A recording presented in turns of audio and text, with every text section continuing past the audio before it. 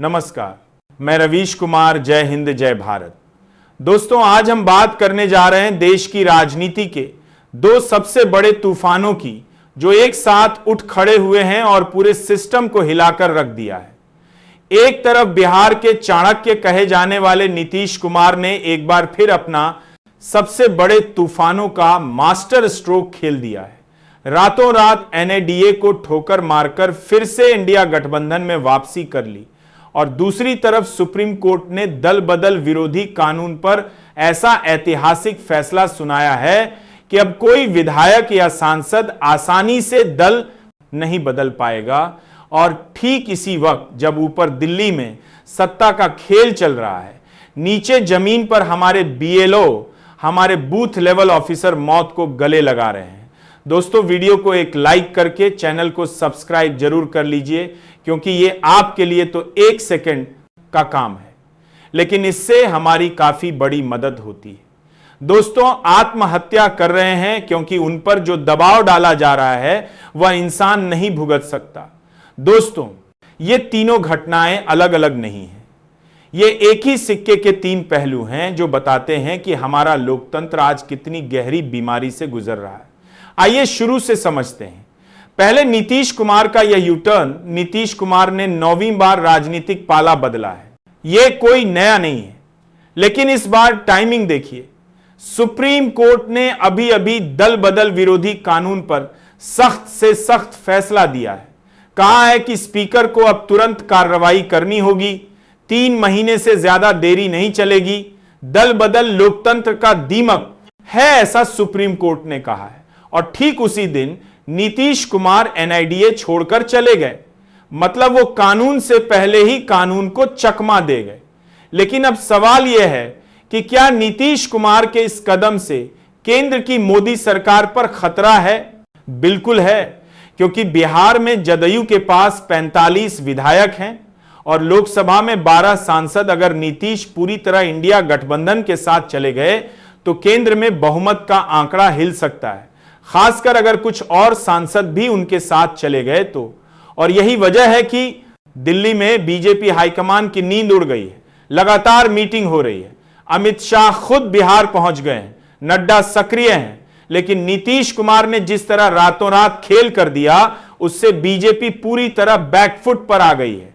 दूसरी तरफ तेजस्वी यादव ने जिस गर्मजोशी से नीतीश का स्वागत किया है, उससे साफ है कि बिहार में महागठबंधन फिर से मजबूत हो रहा है। और इसका असर सिर्फ बिहार तक नहीं है, उत्तर प्रदेश, झारखंड, बंगाल, हर जगह इंडिया गठबंधन को ऑक्सीजन मिल गई है। अखिलेश यादव, कांग्रेस, राहुल गांधी, सबके चेहरे पर मुस्कान लौट आई है। लेकिन दोस्तों, असली खेल तो अब शुरू होगा। सुप्रीम कोर्ट का यह फैसला सिर्फ नीतीश पर नहीं, पूरे देश की राजनीति पर लागू होगा। महाराष्ट्र में जो शिवसेना फूट हुई थी, गोवा में जो कांग्रेस के विधायक बीजेपी में गए थे, मणिपुर में जो खेल हुआ था, मध्य प्रदेश में कमलनाथ सरकार को गिराने का जो खेल खेला गया था, कर्नाटक में जो ऑपरेशन लोटस चला था, अब सारे पुराने मामले खुल सकते हैं। सुप्रीम कोर्ट ने साफ कहा है कि कर्नाटक में मामले खेल खेला गया था। स्पीकर अब पक्षपाती नहीं चल सकता, वो संवैधानिक पद पर है, उसे तुरंत फैसला करना होगा। और अगर स्पीकर नहीं मानता तो कोर्ट सीधे हस्तक्षेप करेगा। मतलब अब जो नेता पैसे लेकर दल बदलते थे, उनका खेल खत्म होने की कगार पर है। लेकिन दोस्तों, इसी वक्त जब ऊपर सत्ता की लड़ाई चल रही है, नीचे जमीन पर हमारे बीएलओ, हमारे वो शिक्षक जो बूथ लेवल पर चुनाव कराते हैं, वो मर रहे हैं। फतेहपुर में सुधीर कुमार शादी से एक दिन पहले आत्महत्या कर ली, क्योंकि उन पर इतना दबाव था कि वह सह नहीं पाए। गोंडा में विपिन यादव ने जान दे दी। कई जिलों में शिक्षकों को दिल का दौरा पड़ रहा है, तनाव से लोग पागल हो रहे हैं। और यह कोई नई बात नहीं है, हर चुनाव से पहले यही होता है। लेकिन इस बार हद पार हो गई है। एक बीएलओ को रोज 200 से 300 फॉर्म भरने पड़ रहे। पोर्टल क्रैश रहता है। फोन को लोग से 300 फॉर्म से काम कर दिया है। नहीं रुकते, ऊपर से अधिकारी धमकाते हैं, निलंबन की धमकी देते हैं, वेतन रोक देते हैं। और सबसे बड़ी बात, 45 से 50 साल के शिक्षकों से उम्मीद की जाती है कि वह टेक एक्सपर्ट बन जाए, वह भी बिना किसी अतिरिक्त सुविधा के, बिना ओवर टाइम के, बिना मानसिक सहारे के दोस्तों या शिक्षक हैं जो बच्चों को पढ़ाते हैं। और अब उनसे कहा जा रहा है कि या तो नौकरी छोड़ दो या जान दे दो, और कई लोग जान दे रहे हैं। सवाल यह है कि क्या मुख्य चुनाव आयुक्त ज्ञानेश कुमार तक यह आवाज पहुंच रही है? क्या चुनाव आयुक्त को पता है कि उसके नाम पर कितने घर उजड़ रहे हैं, कितनी जिंदगियां टूट रही हैं? ये बीएलओ कह रहे हैं कि हम नौकरी नहीं छोड़ना चाहते, लेकिन जान बचाना मुश्किल हो गया है। और यह सिर्फ उत्तर प्रदेश की बात नहीं है, बिहार, झारखंड, हर जगह यही हाल है दोस्तों। ये तीनों घटनाएं एक साथ जुड़ी हुई हैं। ऊपर राजनीतिक दल बदल रहे हैं, सत्ता के लिए कुछ भी कर रहे हैं, और नीचे आम आदमी चुनाव कराने के लिए मर रहा है। क्या यही है हमारा लोकतंत्र? क्या यही है दुनिया का सबसे बड़ा लोकतंत्र? सुप्रीम कोर्ट ने दल बदल को दीमक कहा है, लेकिन असली दीमक तो वह सिस्टम है जो अपने ही कर्मचारियों को कुचल रहा है, जो अपने ही शिक्षकों को आत्महत्या पर मजबूर कर रहा है। नीतीश कुमार बदल सकते हैं, राहुल गांधी, मोदी जी, कोई भी सत्ता में आ सकता है, लेकिन अगर जमीन पर काम करने वाले लोग ही मरने लगे तो यह लोकतंत्र कैसे चलेगा? दोस्तों, आज का सच यही है कि बिहार से उठा राजनीतिक भूचाल दिल्ली तक पहुंच गया है।